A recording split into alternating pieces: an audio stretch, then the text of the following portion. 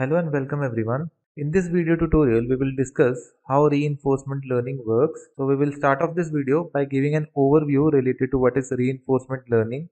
After this, we will discuss how reinforcement learning works and we will discuss this thing with the help of an example. After this, we will discuss some of the approaches to implement reinforcement learning. So there are basically three main implementations that we can use.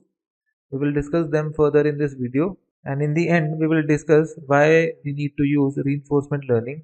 So without any further delay, let's jump to the very first topic and let's understand what is reinforcement learning. So basically, reinforcement learning involves discovering the best course of action to take in a given situation in order to maximize reward.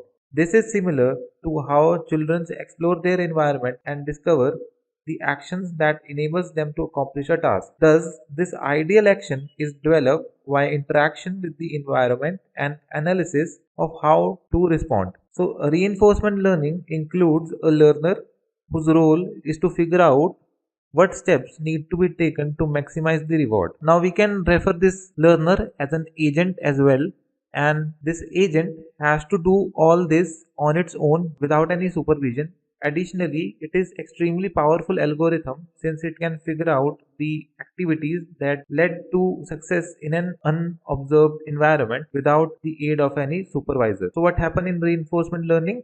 There is an agent, or we can say a learner, which will perform some action in an environment, and basically the action is performed to change its state. So based upon the change of the state, the learner will be rewarded. So let us understand the complete working of reinforcement learning in detail. So the very first element of reinforcement learning is the goal oriented agent, and the role of this agent is to explore the unknown area. After this, the core foundation of reinforcement learning is the idea of maximizing the predictive reward. Now, to maximize the reward, the agent must learn to understand the environment and perform actions based upon it. So basically, there are few key components of reinforcement learning, where first component is the learner, or we can also refer it as an agent.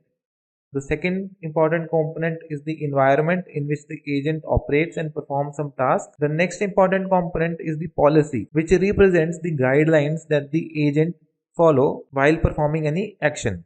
And in the last important component is the indication of reward that the agent notices after performing an action. Now that we understand the various key components of reinforcement learning, let us deep dive into this category of machine learning and let's understand its working with the help of an example. Let's consider an example of training a dog in the real life. So basically we cannot directly instruct or communicate with a dog, as dog does not speak any human language.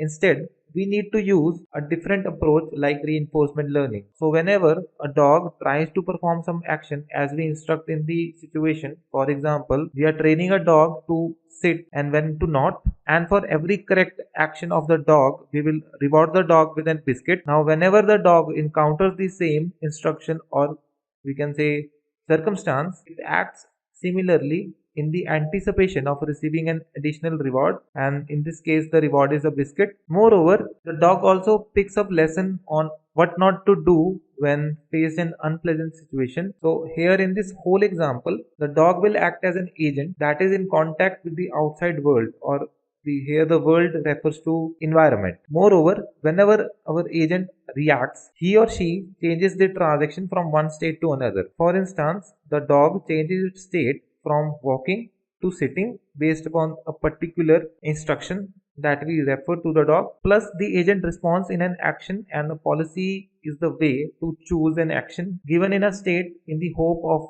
better results, and in the end the transition in this state happens and the agent receives the reward or punishment based upon that. Now let's move forward and let's discuss some of the approaches to implement reinforcement learning. So generally we can implement reinforcement learning in three different ways. On the screen you can see the three different categories. Very first is the value based reinforcement learning, then is policy based, and the last there is model based. So if I talk about the value based approach in this method, so this method includes discovering highest value that can be achieved at a state under a policy, and this highest value is also referred as the optimal value function. Hence, the agent anticipates a long-term return in any state covered by the policy. After this, the next approach is policy based. So the policy based technique includes optimal way so that the maximum future reward could be found without even using the value function. And in this, the agent seeks to implement policy in a way that each action serves to maximize the reward in the future. Now in the last, we have another category which is model based.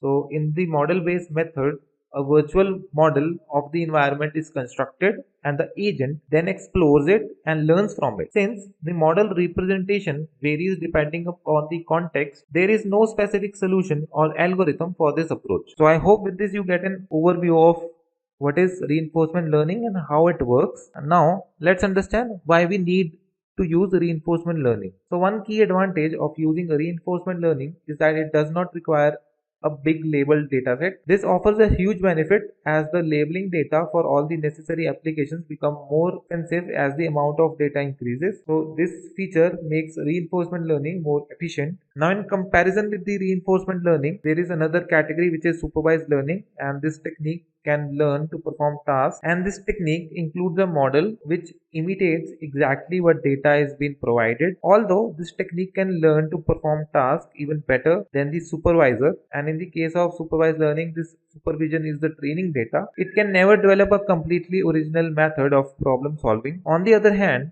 if we talk about reinforcement learning, it is a technique which is capable of developing completely original solutions. Moreover, reinforcement learning is a real-time method where a computer tries new idea to identify better solution. Moreover, whereas other algorithms actually need to retain, reinforcement learning just keeps continuing and it may produce outcomes while also developing. Now, unlike supervised machine learning, which includes both input as well as their corresponding output, the reinforcement learning can be applied to a sequence of activities. Moreover, this reinforcement learning can be utilized for tasks with goals such as creating robot soccer player, self-driving cars, and many more applications are there. After this, the reinforcement learning also adjusts to new context automatically on the spot and it doesn't require any retaining. And this is a huge advantage in comparison to other techniques like supervised and unsupervised learning. So I hope with this you all understood the importance of reinforcement learning and why we need to use it. And with this, we have come to the end of this tutorial session where we have discussed how reinforcement learning works, and we have also discussed why we need to use reinforcement learning. So thank you so much for watching this video. We will see you in the next one.